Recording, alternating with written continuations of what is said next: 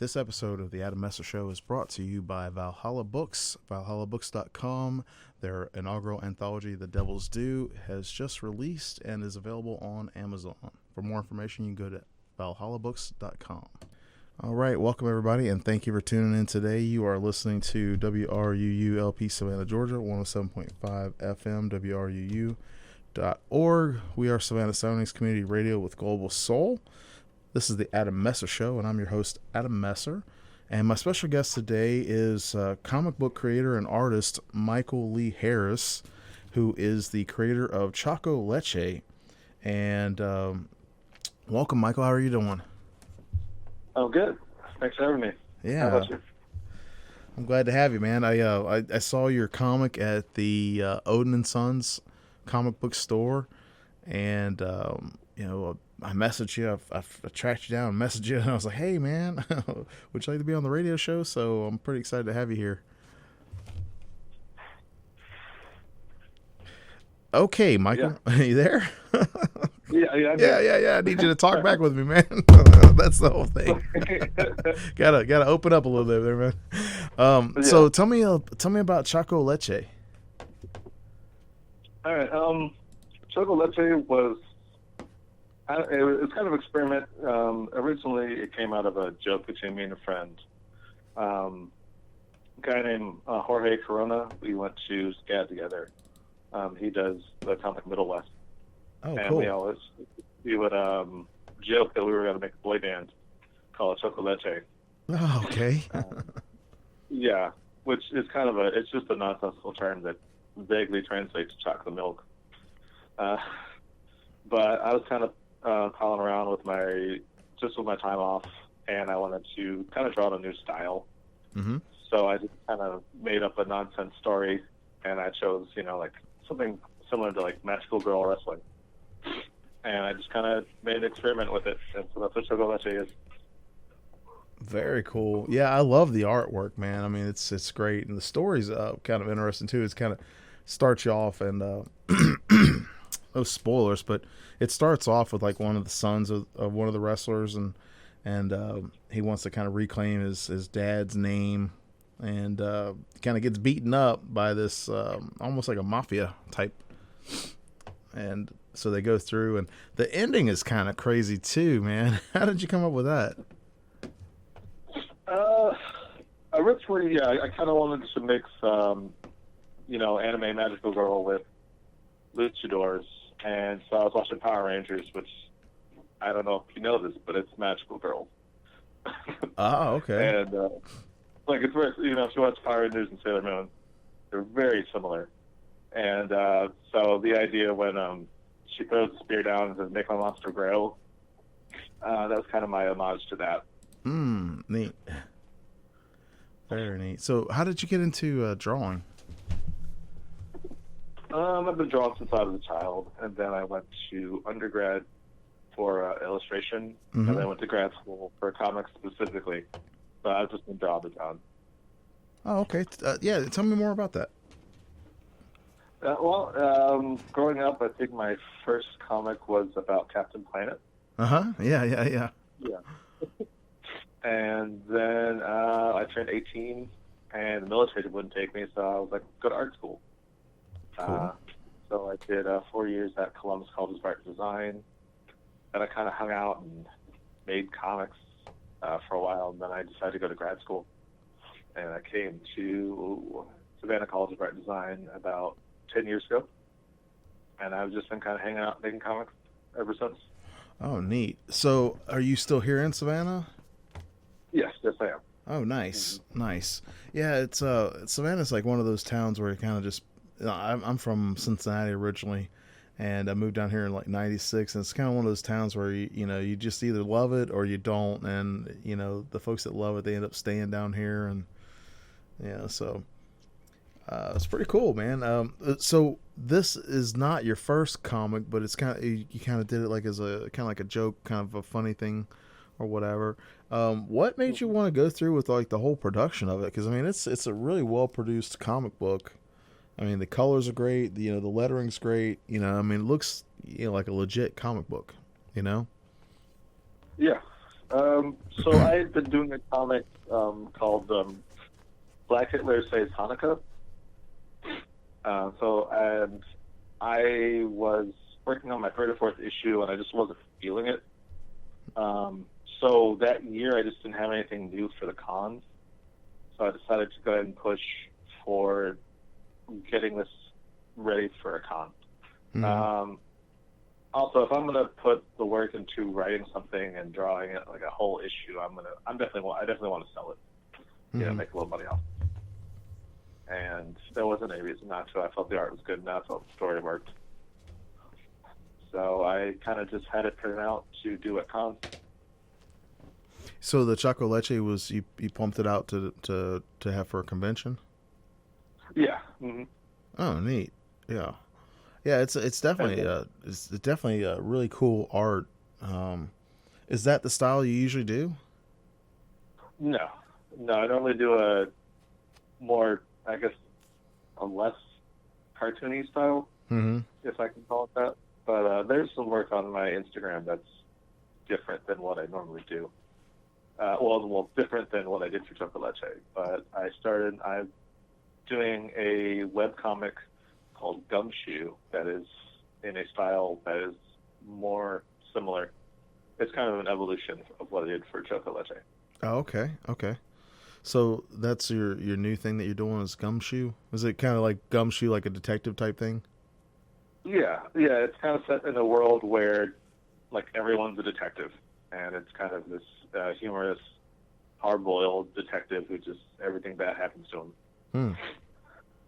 And I'm not sure if the author is putting it out yet or not. So I have no idea what's going on with that. I've just been drawing it for like the past year, but I don't know what's going on with it. Oh, okay. I got you. Yeah, this last year's been just kind of crazy. So Yeah. do you work like around town like as a full-time artist, or I mean like how do you like do you do your art all the time, or do you do like graphic design, or what do you do? Well, I was spending my time working at the library, at the SCAD library, and doing art part-time. Oh, okay. And then Corona hit, Mm-hmm. and so now I'm a full-time artist. Okay. Very Yeah, cool. I do illustrations, I do storyboarding. I'm developing an animation portfolio. I might see about doing animation jobs. And I've been working on some more Choco Leche stuff to kind of use for animation. And that's come out pretty well. And I'm definitely going to use what I learned in the second issue of Choco Leche. Yeah, yeah. I noticed that the dialogue is more like adult oriented. Had you thought about maybe doing something like that, but make it more curtailed towards like kids? I have. I don't know that I'm the best writer Mm-hmm.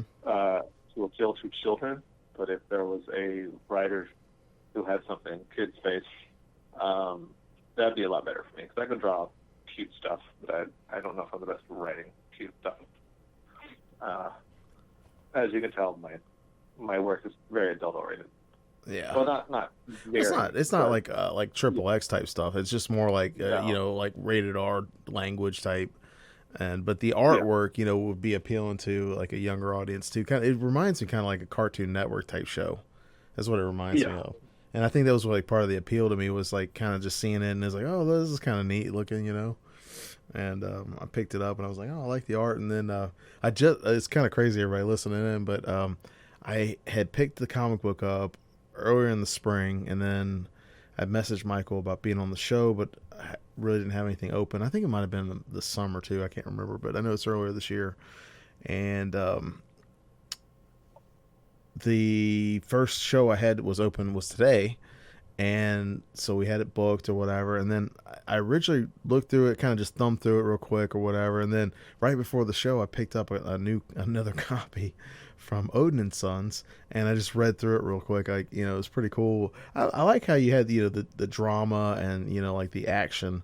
Kind of sets it up where the son's like pretty much he's in the hospital now or whatever, and like they end up getting attacked by like another like super villain type wrestler, and It's kind of cool, man. So I think it would be a good, like, it could be like a continuation like that if you ended up doing it. I know it's expensive though, um, for production, costs on different things. How did you end up? Because I have a friend named Randy Bishop that he does his own comic book, called The Hawk of New York, and Yeah. I know it's really expensive to get production done. I mean, like a big part of it's the labor, and obviously you're able to do your own artwork, but even that, it's your time involved, because if you're doing a project like this, that means it's taken away from doing something else. So what was the production like when you're making this? I mean, like, how long did it take you to kind of come up with the idea, and then storyboarding, and like from the idea, the kind of like being a funny joke to, like a boy band type thing, to the final production where you have this, this nice little comic book on the shelf. Well, when I was in school, this was 8 or 9 years ago, so that's when the idea started. Mm-hmm. And really, it was one of the hurricanes that hit us, and I remember we fled the hurricane somewhere, I don't remember, but I had like days to sit around in the hotel room without my, equipment to work digitally. So I just kind of worked on it then. It's just kind of, you steal moments you can here and there. And for drawing it, I just kind of did it in between work I already had. But I'm sure I spent like 9, 10 months drawing the first issue, just stealing time when I had it. I originally worked with a colorist. He wasn't able to finish the project, so I was able to color the last 2 pages myself. Oh wow. Yeah. Yeah, I find coloring like the hardest. I like Yeah. to sketch, but I'm not big into coloring. Yeah, definitely. It's the hardest thing for me. I'm debating about doing a black and white second issue. I'm debating about doing a color. I'm not sure yet, but we'll see. Yeah, so tell me more about like when you started. You're like, okay, I've got this idea, and like, what was the trigger that was like, oh yeah, I'm gonna do this. I mean, it was really like I wanted to break from my regular art jobs. I wanted to break from Black Hitler, because that could be obviously very polarizing, and I just wanted to do something without a political slant to it. So I had been, doodling this for years now at this point, and I was just like, what, I'm gonna go ahead and do it. This is a good exercise for me. I very much wanted to make it something that would improve me, Mm-hmm. that I could also sell. So you just kind of, you look at where you want to go, and rather than just doing sketching without an end to it, I could sketch and make a finished product with a little more effort. And I have to say thank you to my friend Frank Pekovic, who letters almost everything I asked him for in Pendagon nicely. So he did letters on this for me, and without him, I probably would have done it, because lettering is tedious for me. Yeah, I love the. I mean, overall, this took about a year to make, just because I wasn't working on it steadily. Yeah. I do like the lettering, especially like with the Choco Leche is kind of like that old Western style, or like ranchero style font. So it's pretty cool. When you went to school, you said, did you go for sequential art or whatever? I did undergrad for illustration, and I did comics for grad school. Oh, cool. Yeah, because you definitely have a great layout. Did you do all the layout yourself for the story? Yeah. Yeah, because I like the way it flows. I mean, you did really good with like I mean, like, I'm not an expert, but I've just always liked reading comics. But I feel like you did a really nice job, with the panels, and then the action. And I even like, there's this one scene. Where's it at? It says "Call of the Eagle," lens flare, explosion sounds. The two guys like standing back to back, and I'm like, oh, look at that, that's pretty cool. I could see it like like a little movie scene or whatever. I like Yep. how it's got the to be continue where the supervillains like they thought that they beat him and he comes back. It says Maximatize. Is that like a throwback to Beast Wars Maximize? Maybe no. No. I just wanted this to be ridiculous. Yeah, Maximatize. Yeah, Yeah. Beast Wars like the first thing like they would say Maximize. Like it was crazy. That's how they transform was by saying Maximize. So Yeah. everybody, you're listening Yeah. to WRUU LP Savannah, Georgia, 107.5 FM, WRUU.org. We are Savannah Soundings Community Radio with Global Soul. Yeah, it's kind of crazy. Like when you do stuff over the top, it's just funny, to me. I think it's really neat. Like with Wolverine, they always had that snicked, whenever you pop his claws out, or like Spider-Man's, little fifth, Yeah. whatever it was. So it's kind of hard to come up with like a little sound catchphrase or whatever. So Yeah. yeah, man. So what have you been working on this year? You say you got the new Gumshoe. Is that pretty much taking up a lot of your time, or are you doing like freelancing, or got anything you can talk about? I'm doing a lot of freelancing. I play like Dungeons and Dragons style games, and I got into someone did a Star Wars Dungeons and Dragons, and I posted some art of my characters. So I ended up getting a lot of Star Wars commissions, which is Wow. me. So like folks that are playing the game and they want like their own avatar done or whatever, or their own character done. Yeah. A lot of people want an illustration of their party, because these groups can go for years and years. So a lot of them want to get something to commemorate, their characters and the time they spent together. I've been doing some D&D, D&D stuff too. Yeah, that seems like it's been taking off a lot this year. I mean, like people playing, I've been seeing like different advertisements for. I can't remember what it's called, but there's an app that came out for people to be able to play it. I haven't played D&D since I was a kid. I used to play it like with my uncles, but I haven't played it since I was a kid. But I was checking out the Rick and Morty Dungeons and Dragons comics, and I thought that was kind of fun. But yeah. what you play like Star Wars, like the role playing game, or what do you play? I play regular Dungeons and Dragons 5th edition, and Okay. a guy and a bunch of people on a Discord kind of are working together to make a Star Wars version of using the D&D rules. Ah, okay. So kind of like what do they call that? Oh man, it's just kind of like a mod of it, like a mod version of Star Wars. Yeah, it's called Star Wars 5e. I don't know if it's entirely legal, but a lot of people are really into that. So I play that. I play every couple weeks or so, but I've been blessed to do a lot of commissions for that. So That's cool. Yeah, I think that's one of the neat things. Especially if you can, do you like do digital art? Do you send them the original copy, or how do you do the artwork for them? For most commissions, it's just easier for me to do digital. If someone requests it, I'll probably try. If someone requests a physical copy, I'll probably just charge them a little bit more, just because it's more work on me. Yeah. And shipping costs. But most of what I've been doing over COVID is digital.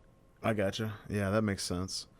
So, like, when you do a commission for somebody, what do you do? Just say, okay, what you're making this character or whatever for them, or they're telling you. Do you have like a whole thing where you ask them, you go back and forth with them, talking to them about what the character's like, or what do they look like, or do they do some of them send you like a sketch of like kind of like an idea of what they want, or like what is it like doing that?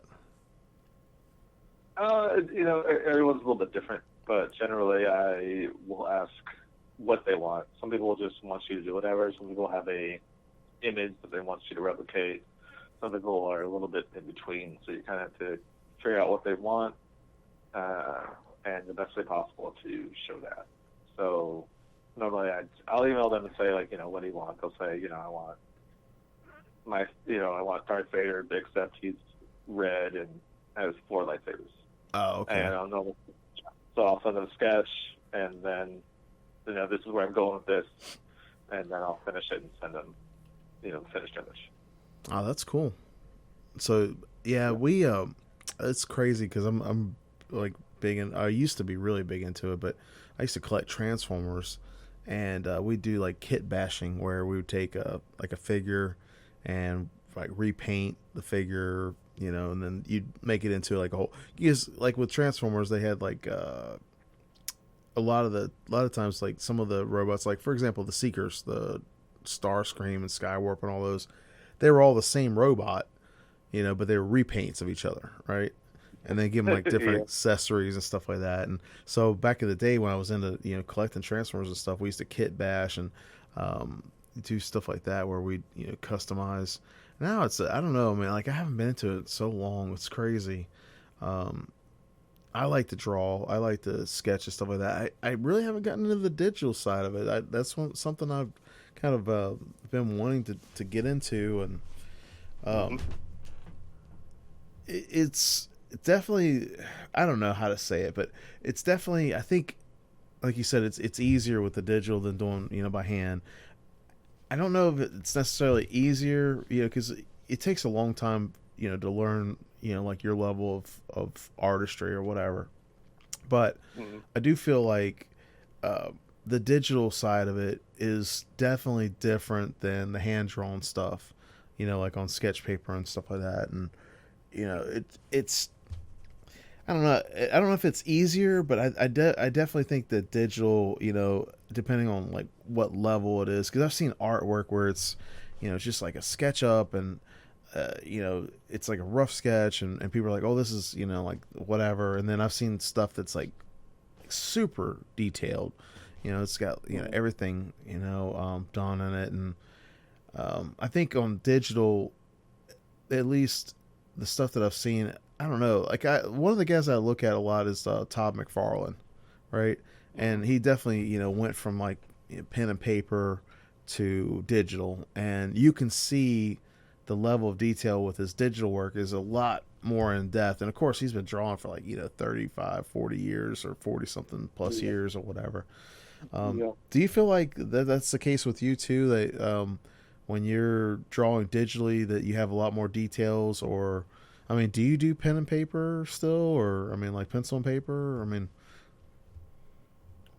yeah, I do for certain things. I think my next issue of Choco Leche will probably be digital. Yeah. I think its cartoony nature kind of lends itself to digital more than than a traditional. But I have another pitch that I'm doing traditionally, just because I think I'm better for that. I have another pitch that I'll be doing more cartoony stuff. So for that, I will be doing digital. It really depends on what the art needs. Mm-hmm. Yeah, because I mean, like in the industry today, there's such a demand with artists who are working, just pump work out, and same thing with the authors or the writers or whatever. It's almost impossible to be able to get stuff back and forth, with paper. They just don't do it anymore, by paper. But I know a lot of indies still do, traditional type art or whatever. Yeah. With this, when you were doing, your other stuff like the coloring or whatever, when you had to switch over and take over for the coloring for the last 2 pages, was it all digital, or was it like where you had to actually color it and then you scanned it, or how did you do it? Today, almost all coloring is digital. Right. I'm fairly confident it's like at least 99%. Because coloring by traditional methods it's going to take a long time. Oh yeah. But yeah, that was all digital. Yeah, I think you did a really good job, with the I'm gonna look at the last 2 pages just because we're talking about it. Um, Pulling it up now. Yeah, I found an artist who colored similar to the way I normally do, so that worked out a lot. So Yeah, yeah. I mean, I wouldn't have been able to tell between the the differences here, and like especially like the last page where you got the guy like standing over the other two guys. You know, he did. I feel like he did really good with the coloring and the shadows and all that. It looks cool. And then I like this. yeah, I like this scene with the lady. It's like monster down. This is maximized, and you got like you got like this highlight of her. She's like, oh, and then she's got the moo ha ha ha ha. It's funny. Yeah, that's what I was saying. Like with this kind of comic book, it'd be. I don't know if it'd be like with the audience or whatever. If you had like, if you kind of toned it down a little bit to where it could be read by kids. yeah. If it might be a better audience or whatever, but I thought it was cool when I saw the art and all. What do you love about art? And I mean, like, what keeps you going? Because I mean, it's hard to keep pushing through. Especially like when you said that you're working at SCAD and now you're a full-time artist, and it's like, what kind of keeps your muse rolling? I mean, it's always something that I will be doing, even if I'm not like, paying all the bills on it. My work at SCAD was it was a comfortable job. I was working at a library, so it wasn't like it was soul crushing work that was, making me upset. So that helped me, encouraged me to do art. Mm-hmm. And I made something I love doing. And I don't want to brag, but I feel like I'm good at it. Yeah, you definitely so are I very think- skillful. Thank you. So I feel like it's just a matter of time until I get more work, more bigger work. So on the day to day, you had a job where you felt like it wasn't such a big grind. I know a lot of indie artists that they work a regular job or they work their I like to call it like a 9 to 5 gig or whatever. And Yeah. like that's like with me, I write and publish and stuff like that, and sometimes my day job can just be more than enough for me to do for the day. You know what I mean? Like I get off and I'm like, oh man, Yeah. I'm just too tired. With the change this year, how was it like the transition over to like trying to do it all full time? When did you decide like, okay, well I'm going to try to do this full time and make a living with it versus like, okay, well I'm going to go get another little 9 to 5 gig? Well, I mean, there were several things.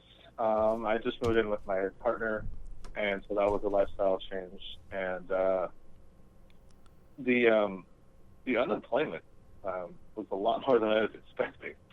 So I wasn't concerned with immediate day-to-day expenses, and with my specific life situation, I was able to just kind of keep my head above water with art at this point. I was able to just happen to be getting more steadier gigs. So I am almost just doing art now. Oh, nice. Good fortune and life situation, and I have a cushion because of unemployment. And I mean, I know it's going to end, but for me, it was just a perfect storm of events. More work, financial cushion, life change. So it's been pretty great for me. Yeah, I hate to say it, but COVID's been pretty good for me. Okay. Well, I understand what you're Feel saying. bad for Yeah. everybody, don't. No, I totally understand what you're saying. There's been goods that have come out of it for certain people, and Okay, so we're going to take our break, everybody. Today you're tuning in. You're listening to WRULP Savannah, Georgia, 107.5 FM, WRU.org. We are Savannah Soundings Community Radio with Global Soul, and this is the Adam Messer Show. I'm your host, Adam Messer, and my special guest today is artist Michael Lee Harris. So we'll be back in just a couple minutes here. What does it mean when we say that WRUU is a community radio station? It doesn't just mean that we invite the community to create programming, and it doesn't just mean that we are a voice for the community. It also means that we are counting on the community to keep us going, and you are the community. Almost all of our modest budget comes from small annual or monthly donations from listeners like you. You get to enjoy our community-focused programming because many others have stepped forward to do their part. Now do your part by joining our community of listener donors. Go to WRUU.org right now and make a one-time or monthly donation, and thank you for supporting Savannah's community radio station, 107.5 FM. Thank you to everyone who made a financial contribution during this year's on-air membership campaign for WRUU. Because of your generosity, we're able to continue bringing you the music and talk programs you've come to expect. And we're back on the air with our regular programming. That's what we're all about. Now, if you've somehow missed the campaign, well, you can donate anytime at WRUU.org. Donations keep us going. Thanks for your financial support of Savannah's best local talk radio, as voted by readers in the most recent Connect Savannah poll, WRUU 107.5 FM. All of us here at the station greatly appreciate what you, the community, do to make Community Radio 107.5 possible. Here's to another great year of radio. This is WRUU-LP, Savannah, Georgia, 107.5 FM, WRUU.org. We are Savannah Soundings, community radio with global soul. This portion of WRUU-LP, Savannah Soundings programming, is made possible by listeners like you and Brighter Day Natural Foods. Brighter Day is celebrating its 40th year serving the Savannah community with produce, vitamins, and supplements, and a deli and juice bar. Brighter Day is located at 1102 Bull Street at the south end of Forsyth Park. More information available at 912-236-4703 or brighterdayfoods.com. All right, we are back, everybody, and thank you for tuning in today. So, Michael, right before the break, we were talking about transitioning over to being a full-time artist, and you're doing pretty well financially, which is great. I was looking at the comic book, and one of the things that it's kind of crazy, but there was like no contact information on here, so I had to like kind of dig around and try to find you, which I'm glad I did. But you have like at the back of the book, you have a couple of like spaces where the comic would normally have like advertising or whatever like that. With you doing your Choco Leche, have you thought about making it into do you have like your own comic book publishing company, or you gonna call it something, or? No, I really just go to the website. There might be an ad on there for it. It's called Kablam, and I pay them to print things. Kablam. And yeah, they're my favorite printing. I mean, like it's beautiful. Like I literally, I love the quality of the book. The way everything's designed. It's just. It turned out really well. I mean, it's very professionally made. Yeah. So that's what I was wondering, like, if you're gonna, do issue 2, if it's gonna be like, Choco Leche Comics, or if you got an idea of like, what you're gonna be doing with it. I don't think I will ever make a comic book company. I doubt that. But I might pitch this. I'm open to pitching this to another publisher. Oh, okay, okay. You're gonna pitch it and then try to, maybe an indie comics or something like that. Or yeah, I would love for a bigger company to pick it up, but we'll see about that. I definitely want to. There are things about the first book that, as an artist, I'm just like, oh no, I don't want to see that anymore. Stuff I don't like, so I want to do it better for the second issue. And at some point in the future, I might, depending on where I am and what I have under my belt, pitch it at some point. Yeah, I think that's cool. Yeah, I know it's kind of crazy. Have you ever done like any of the crowdfunding stuff? Yeah, I've been a part of a few of them. I've never done them myself. I think Gumshoe will be kickstarted, if I'm not mistaken. I've been a part of, I think, two or three other Kickstarters. I've never done one myself. Okay. Uh, Yeah, I got a friend yeah. that he did that for his comic, and it was pretty successful.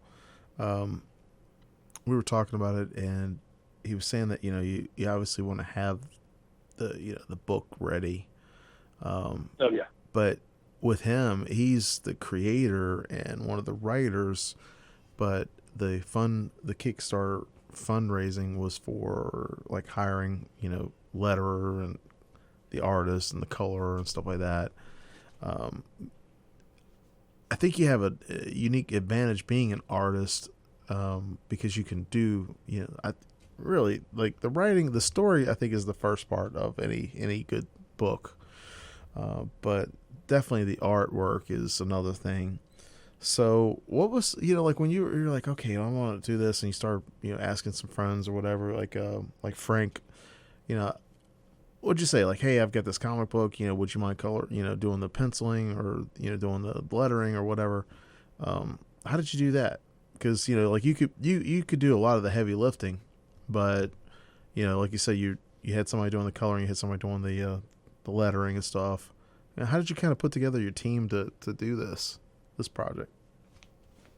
Well, I've worked with Frank a lot, and there has been a few times I've drawn pages for Frank in exchange for lettering.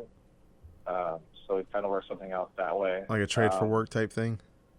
Yeah. That's Mhm. cool. Yeah, as a And photographer, I used to do that with models. We'd trade for pics, like they'd model and I'd do yeah, some photos. It's pretty common. It's pretty cool. yeah. I paid the colorist out of pocket, and I paid for the printing out of pocket. It's just a loss that I just kind of accepted. It's just kind of a cost of doing business. Um, just to get the book out there. So I know I I know that feeling as a publisher.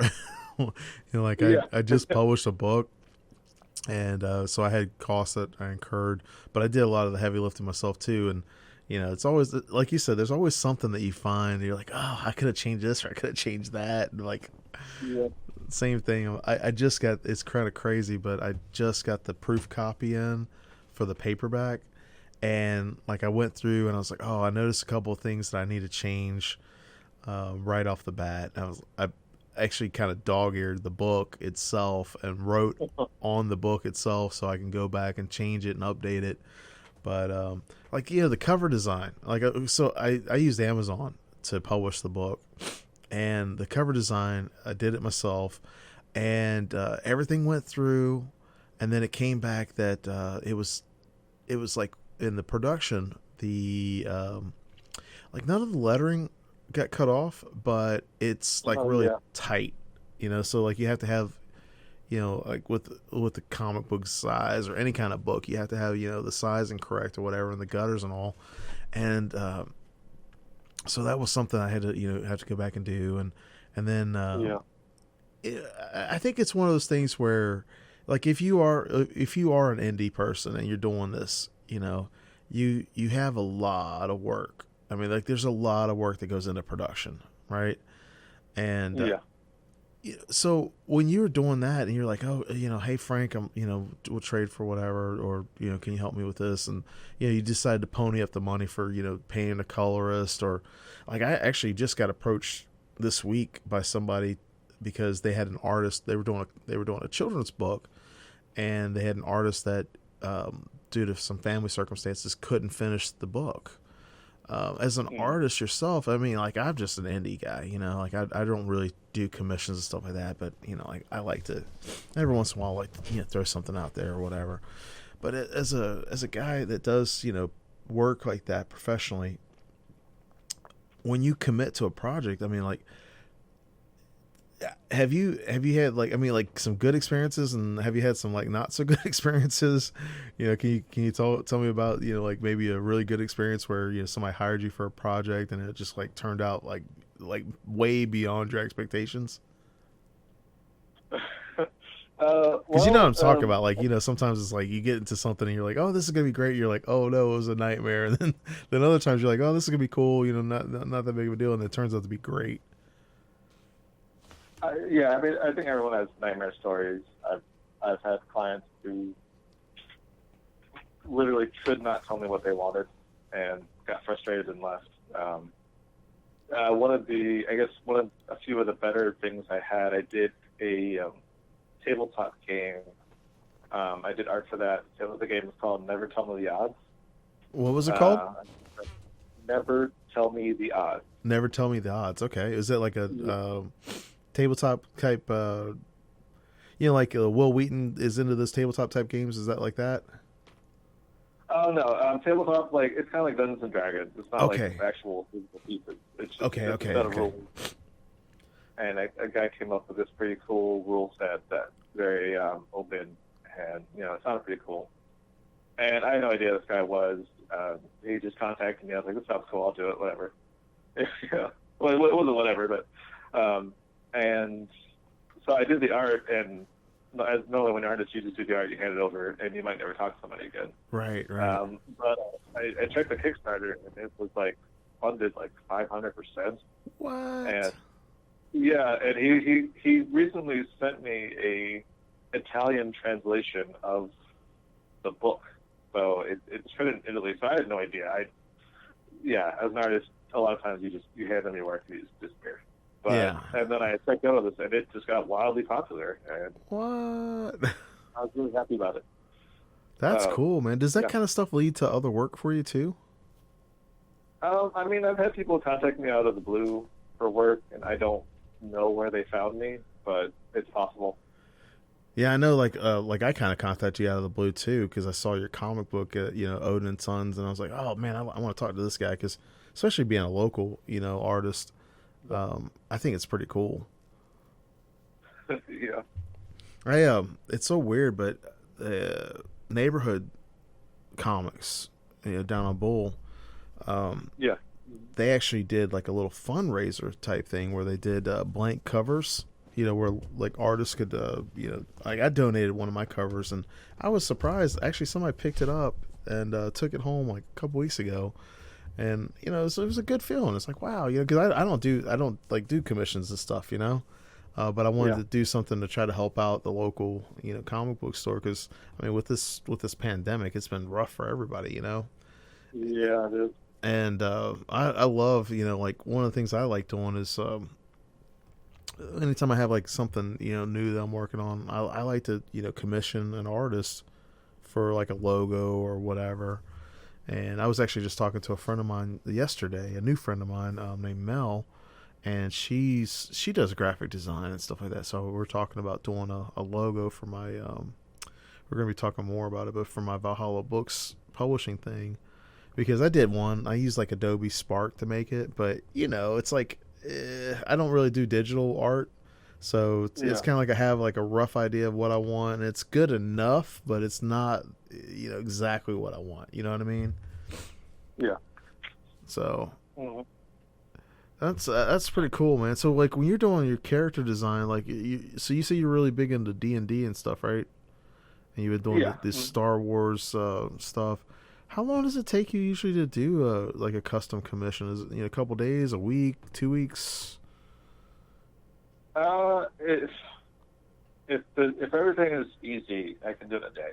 Yeah. I can generally turn one around in 5 hours if I'm super focused, if I'm doing everything. That's like concentrated, like just working right on that picture, right? Yeah. Mm-hmm. Yeah, because I mean, like, it sounds crazy to me, but I try to explain to people, like, when somebody says, like, I was writing for 5 hours, it's like, okay, was I writing for 5 hours, or was I on the computer with the Word open and check Facebook and stuff like that? So like 5 hours of actual work is a lot different than spending 5 hours doing something. If you're not, like 5 hours of actual drawing is a lot of work, in my opinion. Like an hour of actual drawing can be like a lot of work because I know you could probably pump out a sketch in like 10 minutes if you wanted to, something fast. So if you're spending 5 to 10 hours on a piece of work, that's a lot. Yeah, definitely. I mean, it is hard and it isn't for me because it's drawing. It is work, but it's still fun. Mm-hmm. So it's sometimes it is hard to focus, and sometimes I'm doing other things. But I don't know, commissions can be hard because you're trying to make the client happy, and sometimes people, even artists, even everyone has difficulty like verbalizing what they want in an image, Mm-hmm. and I think that can be a challenge a lot of times. Yeah, communication, can be a challenge. Actually, it's so crazy. I've got to do the station ID real quick. Everybody, you listening to WRUU LP Savannah, Georgia, 107.5 FM, WRUU.org. We are Savannah Soundings Community Radio with Global Soul. And so I had talking about that same kind of thing. A couple of years back, I commissioned this guy to do a logo for me. And he did a logo for me. Well, a friend of mine liked the logo and wanted like a very similar logo, Mm-hmm. So I got them in touch with the artist or whatever, and the guy did, the artist did he literally had it back within an hour because it was pretty much the same logo as mine, but changed the color and changed the little icon or whatever. Of course, he changed the words, but he didn't change the font or anything like that. Had it back within an hour, and my friend liked the logo. But when he got home, his wife, which is the one that had it, she just didn't like the icon. She wanted the icon to change. And like my friend had paid him whatever, and the guy wanted to charge him for a change. He's like, well, you already accepted it, yada yada. I was like, I called my friend up who's the artist. I was like, you can't, man. I was like, you did this in like an hour. You'd already done the original for me. And then, you just make it pretty much a copy of this. You're changing some things around and, and I sent you this work or whatever. But it was like, dude, the guy got so mad at me. He's like, you don't understand. I have to do this. And I was like, I do understand. I understand that, you did this and, now they're asking you to make a change. But I said, you gotta understand it's, the customer, he liked it, but his wife wanted something different. And man, it was like a big deal. And the guy, he and I actually stopped talking because of it, because I'd been friends with him, whatever. But he got really mad about it. He didn't end up doing the work. And the other guy that I had referred, he got mad about it, because he's like, well, this guy, I can't use this logo now because it's not whatever. And I was, oh my gosh, I was so embarrassed because I love the work that the guy does, but when it came to like working with a client, he was so unprofessional about it. And I tried to explain to him, I was like, look, man, you did this in an hour. I don't even know if it took you an hour because, you'd already done one for me before and you're just taking that and kind of manipulating it and changing it. So, you got a quick, it was a quick, turnaround, quick money. The guy paid him quickly, but the follow up and the, like the trying to, make the customer happy. I was like, oh my gosh. And, I apologize. I actually told my friend that, hired him. I was like, well, I'll pay you. I'll pay you back for it because, I referred you and I'm embarrassed that he would act like this, But I think if you work with any kind of graphic design or anything like that, it's like a two-way street. Like you have some people that, you give them an inch, they take a mile. And then you have other folks that like, maybe they can't really communicate what they want, and they might be happy with just whatever you do. You know what I mean? They're like, well, I want a baseball. And you're like, okay, well, what do you want to say? I wanted to say blue baseball. And you send them a baseball and it says blue baseball on it. And they're like, oh, this is the best thing ever, But I think when you have customers or you have clients, especially when there is an exchange of money, not like a trade for work or, something like that. When they're paying you, it's like you want them to be happy. You don't want to, be taken advantage of either. But how do you kind of base that? Have you ever had like a something like that happen to you, and how did you resolve it? because I think that's a big part of like when you're doing commission work. It's like, okay, you don't want the Bridezilla type customers, but you're going to have communication issues from time to time. Well, what they should have done is put it in the contract. If you are unwilling to, and I mean, I don't think it's wrong to be unwilling to make changes, but if you are going to be unwilling to make changes, you need to let the customer know that up front. Yeah. And explain to them how it works. Say, you get, X amount of sketches, and then I send you the finish, and I'll charge you for change. That is the absolute best thing to do. I feel like if you don't put that in a contract, it's generally better to just go ahead and do one, and then tell them, I'll do this one change, or I'll do how many changes that you're willing to do. Then after that, I will start charging. And see, I think that's reasonable. I mean, I feel like what you're saying is reasonable. Yeah. Yeah, I mean, like I used to work making eyeglasses, and it's a service industry, and eyeglasses are very personable. I mean, like people wear that more than any other article of clothing. And we would have people that would pick out glasses, and they were all about it when they would get the glasses, when they're picking them out. But then when they got the glasses with the prescription, they're like, oh, I don't like it. Or maybe they came back with their spouse or somebody else that they're like, oh, I don't like those on you, And we'd have to change them, I mean, these things cost hundreds of dollars, Yeah. And I feel like that is different than someone who's just being unreasonable. Like like the folks that'll eat the whole meal except for like a bite or two, and they're like, I didn't like it. I want my money back. Like, well, you ate the whole meal. How did you get through the first, 16 ounces and then decide the last 2 bites were like, I didn't like it. Yeah. Yep. And I think that's what art is like. Art is like a good meal, or it could be a bad meal. It's you have people. Yeah. You have people that they're gonna love your work, or it's just not their flavor. You know what I mean? Yeah. Mm-hmm. So like it's kind of crazy. I remember talking about games or whatever. I remember when World of Warcraft came out. I did not like the cartoony style graphics, and I didn't play it. First 6 months or so when it came out, and it's mostly because I was like, I was playing City of Heroes or whatever, and I didn't really care for the cartoony kind of graphics.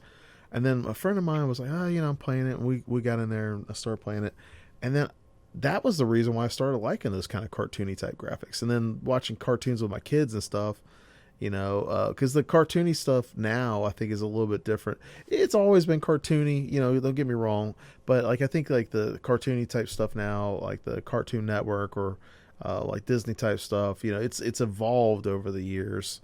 Like anime, it's evolved over the years, and I just didn't like that style at the time, but I grew to love it. It's just a different flavor, for people. I think everybody's got their own, their own things that they like and that they don't like. You know what I mean? Yeah. So, well, we're going to take a little break, Michael. We're going to come back at 4. And everybody tuning in today, thank you so much. We got artist Michael Lee Harris. Michael, what's your website that people can check out for your art? And, like, how can they get in touch with you, like, if they want to do a commission? My website is Michael Lee Harris, just Michael Lee Harris, all one word, on Instagram. And on there is all my contact information. My email is the best way to contact me. Okay. And that's really all you need. What is your email, so they can reach out to you if they want? Because there might be some people that don't have Instagram. Okay, yeah, it's MLH. It's my initials, MLH Comics at gmail.com.